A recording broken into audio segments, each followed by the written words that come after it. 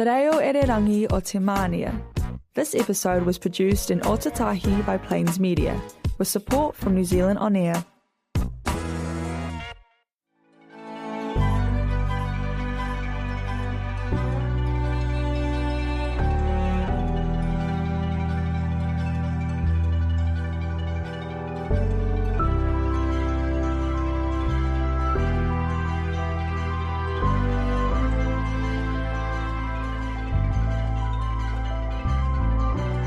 Kia ora and welcome to Emergence News on Plains Media, broadcasting across Canterbury, Christchurch and Canterbury on 96.9 FM and also live streaming, and we're available as a podcast on plains.org.nz plus Substack. We have our own site there. Just search for Emergence News.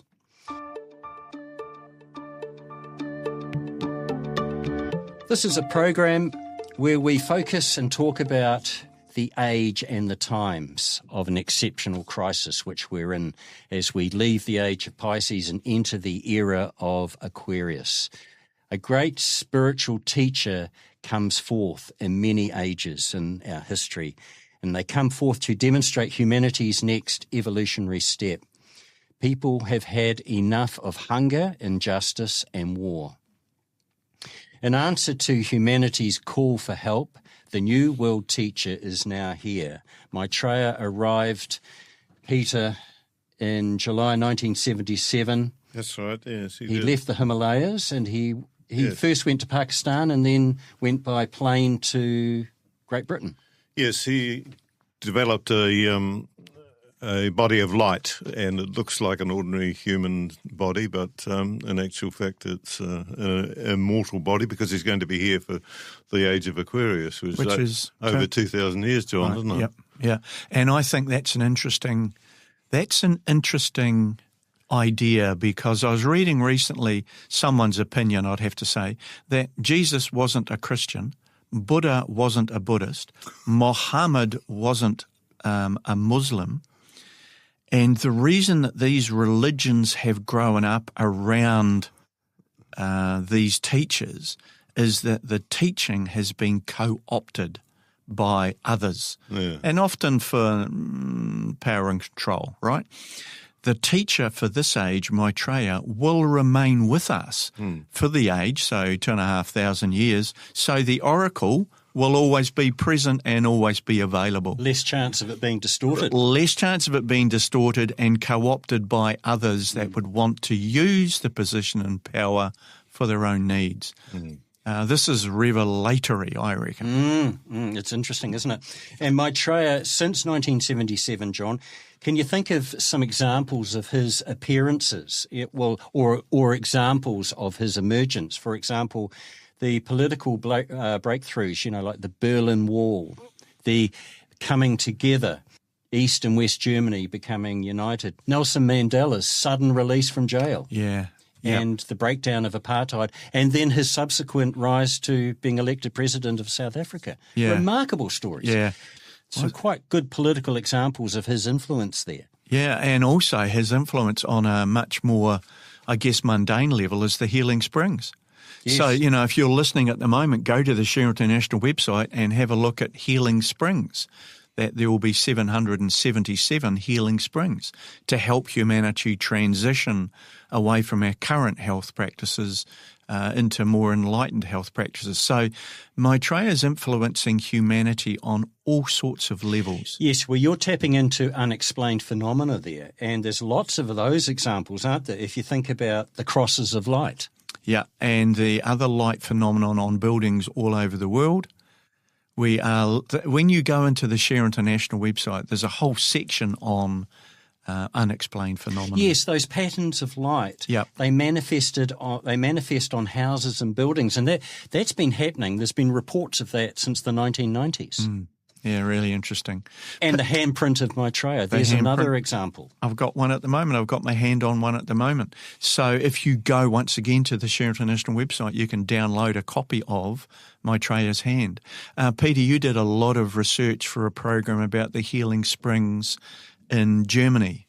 Nordo. Yeah, something. Norden. Yes, some name, some German name I can't pronounce. I must And confess. And Tecloti. And Tecloti water. So Yes. there's some phenomenon happening all over the world. That Nordeno water was really interesting, Peter. It was measured, wasn't it? It was weighed, and it had a slightly different atomic structure. Yes, that's right. It was actually 9% lighter than ordinary water, so it had been enlightened. You take a potion regularly each day, don't you? I take Tecloti water. I take Tecloti water tablets every day. Yep.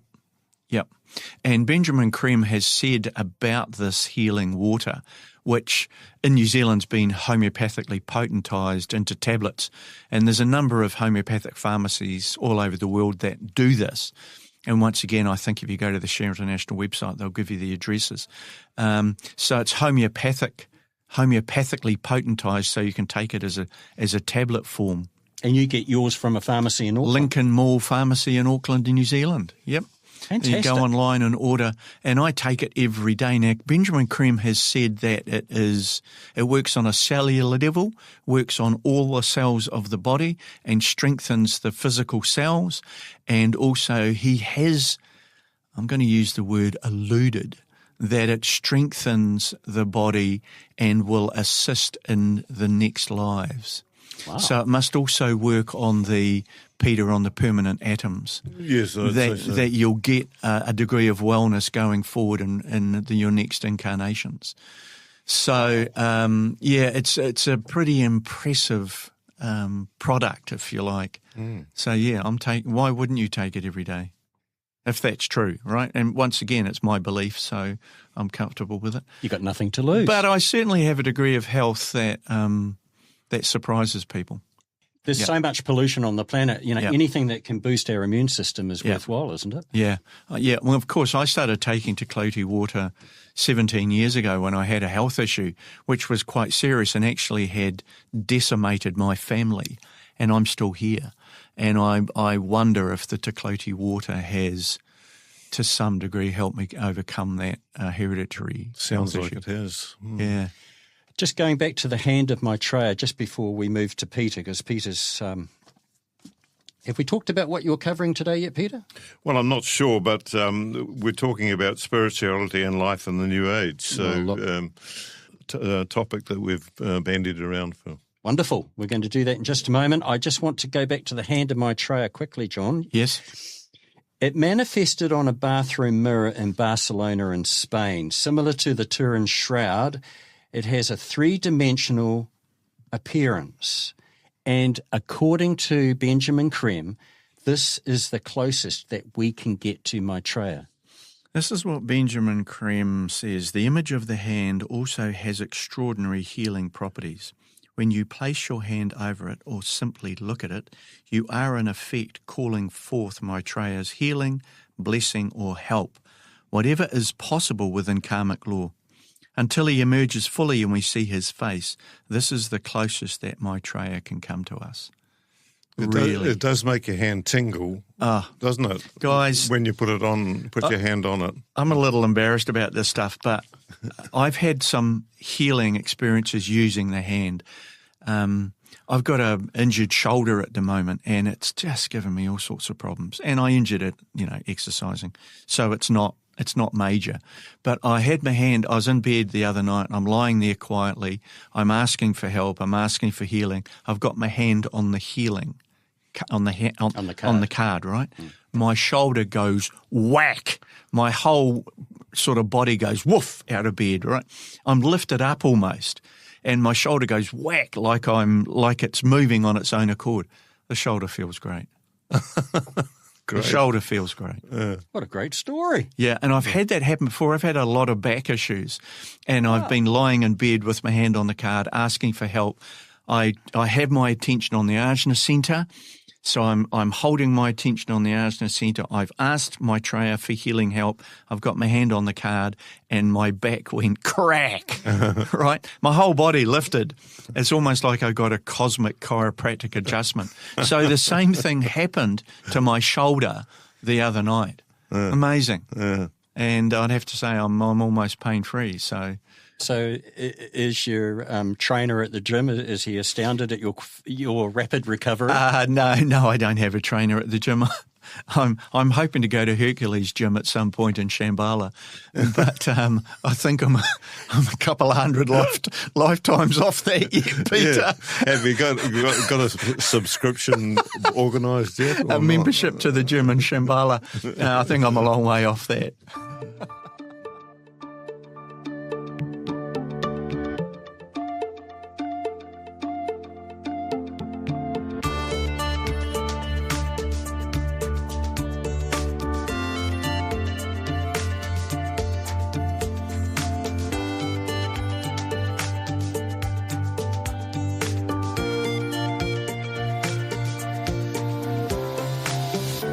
With Emergence News. It's great to have your company on the program, and we've just been talking about the emergence and some examples of the emergence of Maitreya and his appearances. He appeared miraculously in Kenya, didn't he?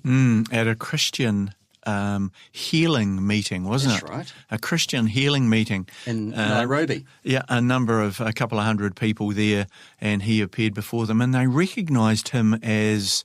I don't think they recognised him as Maitreya, Peter. I think they recognised him as perhaps an agent of God or... Where was this one? This was in Nairobi, Kenya. Oh, yes. Kenya. Yeah, about 6,000 people there. Yeah. As a healing meeting, wasn't it? Yeah. And The Guardian took up the story in the UK. The Guardian newspaper. Yeah. Oh, yes, in the UK there were several newspapers that reported the story, as well as, of course, in Africa and Kenya in particular. It caused quite a stir, actually. It was so sudden. Yes, very exciting. And if you want, if you're interested in that story, again, visit the Share International website. Yeah. There's a great photograph of Maitreya, and you can see what he looks like. Although he does appear in different guises, doesn't he, That's Peter? right, yes. If it's a different religion, perhaps he might appear more in keeping with their religion, what they would expect of a holy man. Yeah. Just to make sure that he's sort of blending in with what they were expecting. I also think that the masters very much are in the business of allaying fear. That's right. And I think that one of their skills is they can assume an appearance that will allay the fear of the group they're appearing before. And Maitreya does that on many occasions. So that's a really good point, John, because we were talking about that in regard to the UFOs, weren't we, on the last program? Yeah. And how important it is that our free will isn't impinged or infringed. And part of that is not unnecessarily tapping into people's fears. And, I think that's why, and, I would like to meet the Space Brothers. I'd like them to drop down into my backyard and I'd go on board and we'd have a chat and a spin around the planet. And a coffee. And a coffee. I'd really like to do that. Cosmic Coffee. Yeah. Oh, there's a name for another company. Cosmic Coffee delivered by the Space Brothers. Yeah. Let's start a company, guys. Anyway, I'd like to do that, but I think they can't do that if you're frightened. I don't think that an evolved individual can approach you if their appearance will scare you. If there's an element of fear there. So that's why the emergence is taking as long as it is. Because humanity is frightened. And I think maybe you're right. That's one of the things that Maitreya is judging carefully, the level of fear. And of course, we've talked about the masters of materiality, the masters that are the dark side of the equation who are keeping us enthralled to materialism. Their business is fear. They are stirring the astral pot of fear to keep us enthralled. This is Emergence News on Plains Media, broadcasting on 96.9 FM, streaming live and available as a podcast on plains.org.nz. For more information, go to shareinternational.org. You are with Emergence News, and it's quite remarkable as we just have a conversation about Maitreya and just how many examples start popping up as we think about it and turn our attention to the appearance and the gradual emergence of Maitreya, the next world teacher here on planet Earth. All right, Peter, over to you, sir. Right. Well, we've got a book here, Maitreya's Mission, actually Volume 1, although it doesn't say that on the cover. But because he did 2 more. He did 2 more, so we had 2 and 3, but this is actually the first one. And this is Chapter 4, Spirituality and Life in the New Age. The word spiritual does not refer to religious matters so called. All activity which drives the human being forward towards some form of development, physical, emotional, mental, intuitional, social, if it is in advance of its present state, is essentially spiritual in nature. In this statement from Education in the New Age by Alice Bailey, the Master DK, I believe, focuses on the shift in emphasis which must be made in our relationship to the world and reflects a completely new approach to activities other than the strictly religious. He also said that the monopolization by the religious groups of the term spiritual has been the greatest triumph for the forces of evil on this planet. Wow.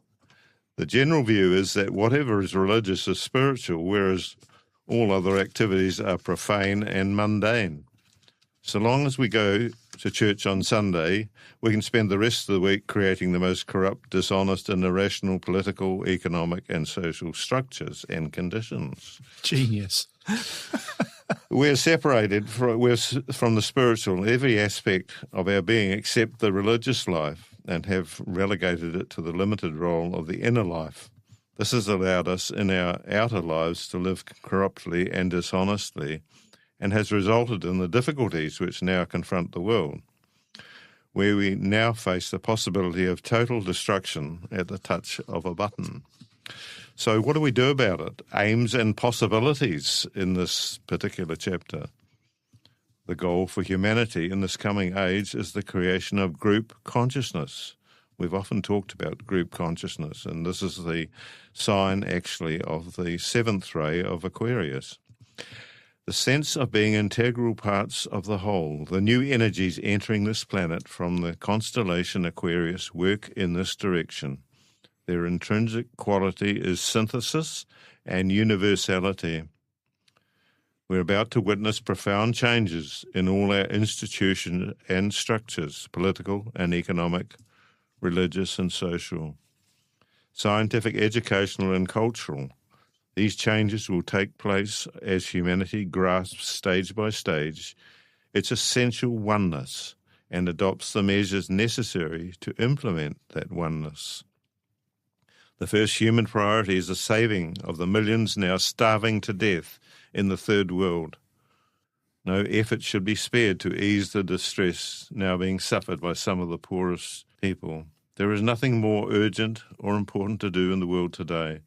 All else must follow this primary human necessity. The Christ will call for the acceptance of the principle of sharing through the redistribution of the world's resources, the food, raw materials, energy and technological experts. Each country will be asked to make over in trust for the world that which is in excess of its needs. Every country will be invited to make an inventory of its assets and needs. Fed into computers, these statistics will provide a United Nations agency set up for the purpose, with the information with which rational redistribution of the world's resources can take place. In this way, a better balance between the developed and undeveloped world can be achieved. It has been estimated that the redistribution program will take 2 to 3 years to implement. The plans and blueprints for this scheme drawn up by high initiates, economists, financiers, and industrialists of great achievement have long been in existence, awaiting only the demand of humanity for their implementation. A sophisticated form of barter will place the present economic system. There is no doubt that there will be opposition from those more privileged members of society. That's probably the politicians, is it? Yeah. And those that are sponsoring those politicians. Oh, yeah, I think the politicians are probably the third level down in that model. I think it's oligarchy, and I suspect we don't even know their names. Yes. And then there's the next group down, which will be the corporate the oligarchy that we do know, and then I think that below them is the politicians. The puppets. Politicians are not running your country and they're not running this planet. No. Big business is, and other power brokers are, and I suspect we don't even know their names. And what you've just said, Peter, it demonstrates just how important the ever-growing voice of the people. And you can see these protests are getting bigger and bigger around the world, aren't they? And also, you're absolutely right, Peter, bigger and bigger and more ignored by mainstream media. And people locked up, that's got to end real quick, surely. Yeah. That is just absolutely crazy. I suppose once the jails get full... Yeah. The interesting thing is they're not going to jail. They're going to police cells, and police cells are very small. Yeah. So, absolutely right. And it's that power of boycott. It's that power of peaceful, intelligent protest. But when people start marching in the streets, they will overload the systems that are currently in place to control them. That's right. They're going to run out of tear gas at some stage. Well, you can see that currently right this weekend. It's not too difficult to find shots of the No Kings protests around the globe. And some of those protests, John, enormous numbers. And you know in what? Spain, especially. Yes, and I'd like to know who came up with that idea of no kings. I know that Bernie Sanders uses it, but I don't know who came up with that catchphrase, no kings, but it applies everywhere. Yeah. And we're not talking about just a royal family. No. It's that top echelon of humans that are running the planet and live and behave like kings. Right, yeah, dictators. Yeah. Yeah. It's a great catchphrase. For several years in the 5 major centres, New York, London, Geneva, Darjeeling and Tokyo, groups have been trained by a master in the precise legislation which will change our present chaotic political, economic and social structures along more rational and more spiritual lines, with a minimum of cleavage, the minimum disruption of the existing social fabric. Far-reaching changes can be expected over the coming changes. Democratic system will still hold and will be seen to be right and effective when it is, for the first time, truly directed to the common good. So, there's a lot of very positive things that are in the wind and just waiting in the wings, isn't it? Yep, it's that growing voice of the people. It needs to continue to grow. It needs to continue to develop so that the media, in the end, can't ignore what the majority are calling for. And I think that as a personal practice, we need to focus on seeing the changes that are coming and keeping our attention on the new life growing through, and not get too hung up like I do on the old processes, the old constrictions. Yes. Keep your eye out for the new coming through. That's right. And I think us older people tend to perhaps laugh at some of the things that the young people do, but in actual fact, are we really looking at what's behind, what they are doing and seeing the good there? That's we mustn't be too quick to criticise, is my point. Yeah, and quite rightly, they're not engaging with the society that is being offered to them. Oh, they don't understand it, or it doesn't make sense. But it doesn't bring them anything. They can see oligarchy, they can see corruption, and those of us that were born and raised in it don't see it. They see the corruption. The young people see what's wrong. People our age, we just keep grinding on because that's all we know. Yes. But the young people go, hold on, it's not working for you and it's not working for me. That's why I'm angry.